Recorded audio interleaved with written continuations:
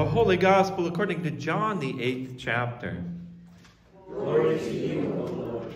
Now Jesus said to the Jews who had believed in him, "If you continue in my word, you are truly my disciples, and you will know the truth, and the truth will make you free." They answered him, "We are descendants of Abraham and have never been slaves to anyone. What do you mean by saying you will be made free?" Jesus answered them, "Very truly, I tell you, everyone who commits sin is a slave to sin. The slave does not have a permanent place in the household. The Son has a place there forever. So if the Son makes you free, you will be free indeed." This is the gospel of the Lord. Praise to you, O Christ. You may be seated. Welcome to a brand new season. Fall has certainly arrived, and sometimes there's a rainstorm and sometimes there's not a rainstorm. And with this cooler weather, especially this cooler weather at night, you can feel it in your bones, can't you? You can feel that there is a change. In our household, the cat disappears every once in a while. I thought that was the organ. You make cool noises. The cat disappears every once in a while and hides on us, and then we can find them wrapped up in the best comforter upstairs. You know, there's that time of year. You can get a whiff of it occasionally as the odors, the changing grasses and bushes and trees of the forest blow across your pathway. Things even sound differently. You hear the echo of traffic even sometimes because of the difference in the trees, the difference in the crispness of the air. There is a change. And of course, those flocks of geese that we've been witnessing over the last month or so, and other birds of the air are precious seasonal alarms that change is in the air. It's in these moments of transition. That's why I love living where we live right here, because we get to see the four seasons. It's in those seasonal transfers transitions that I love to take a cue from the Creator. That one who formed this world and put into motion all those relationships that create sound in this blue marble known as earth.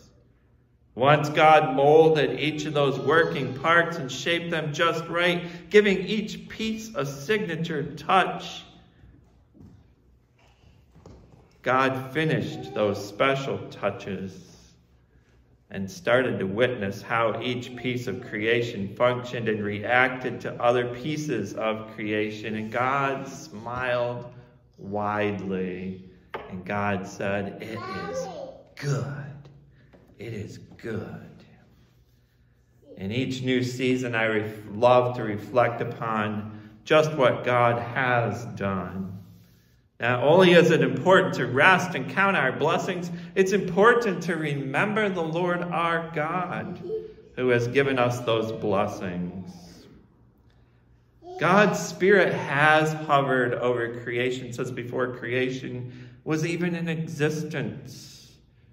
Every once in a while, we need to be reminded of this and what this all means to our past, our present, and our future existence. Now we move to John chapter 8.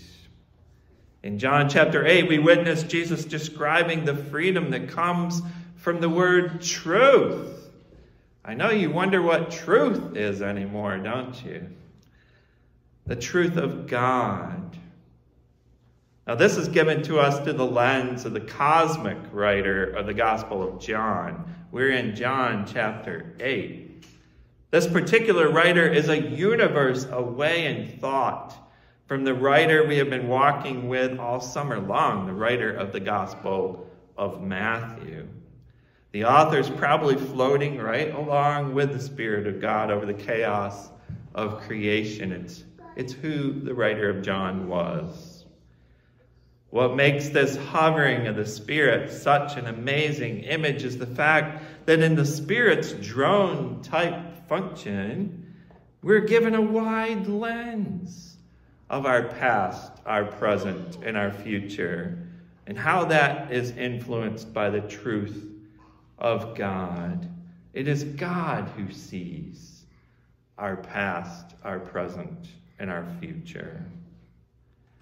Often it's hard to see just where we are in this world. Now, this is spoken by a recent survivor of the Oregon Dairy corn maze. I even have the certificate to prove it. Now, at one point, my fellow maze explorers, who shall remain anonymous, were convinced that we were on a side of the cornfield that we were not on. I knew where I was. I tried to convince them that we had already walked down these particular corn paths. I didn't even think about it, but I probably should have showed them where our boot prints were. But they insisted otherwise. Now, I'm not going to try to paint a picture that I was 100% right all of the time in that maze, because I wasn't. But I sure was right in that moment. It didn't take long for the lefts and the rights and the zigs and the zags to not match on the map that we were following. And you know what the first thing that came out of my mouth was, right? I told you so. No, it wasn't quite that bad. I was like, oh, let's recalculate. In the corn maze of the politics of the United States of America, can someone tell me who is telling the truth in the corn maze? And what is the truth? Imagine a people who had been battered and broken and overrun by countless empires over the centuries. Some of the very people Jesus was conversing with. Actually, Jesus was in the middle of the cornfield with these folks. He was a part of the lineage of these people. They were descendants of Abraham. Jesus, because of his act of humility and being made in the image of humanity, becoming human, was a descendant of Abraham. Jesus, because he was God, was both creator of Abraham, the son that is in the household that he speaks of in this passage that will set people free, and that spirit that hovered over the chaos and blessedness of all creation. Jesus knows that wide lens. He knows the picture, the past, the present, the future. And he explains how God can set us free.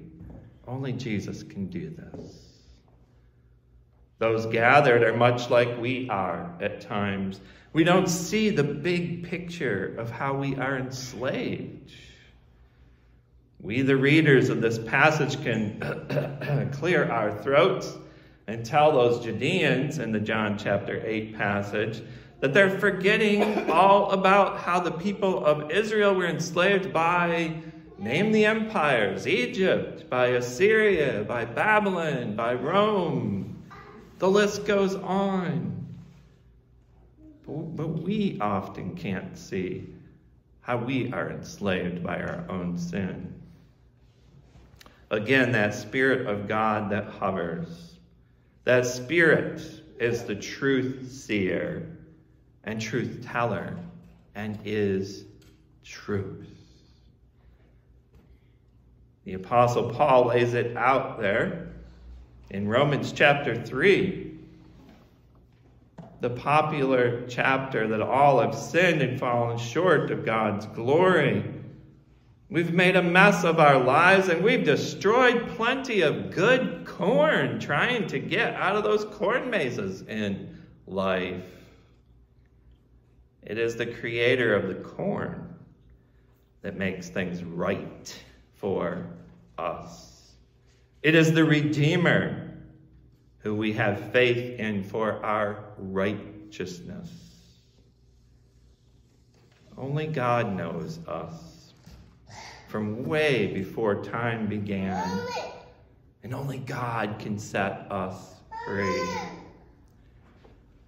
As we step through a seasonal transition, I ask you to stop, look, and listen to the echoes.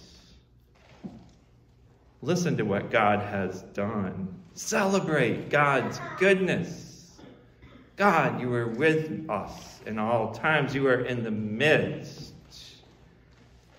And then trust God fully for our next season.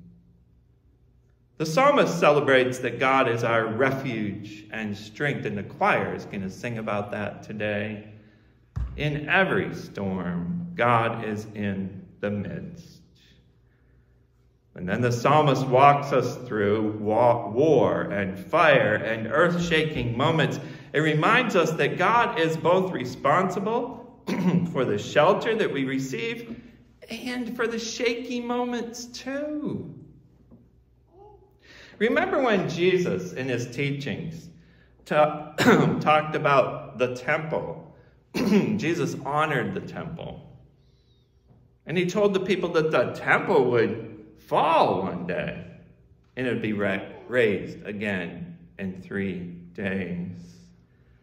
That chief cornerstone did some shaking and some moving.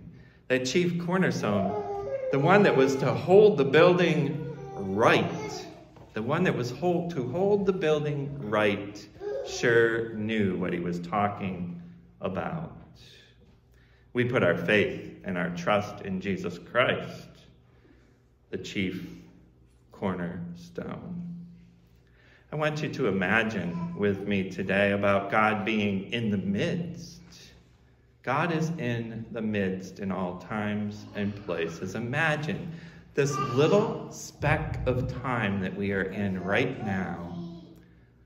This little speck of time, if you can imagine, within this hour that we are celebrating in right now, this one moment in our lives, in this one speck of time in the time of the universe, how it is that God is in the midst.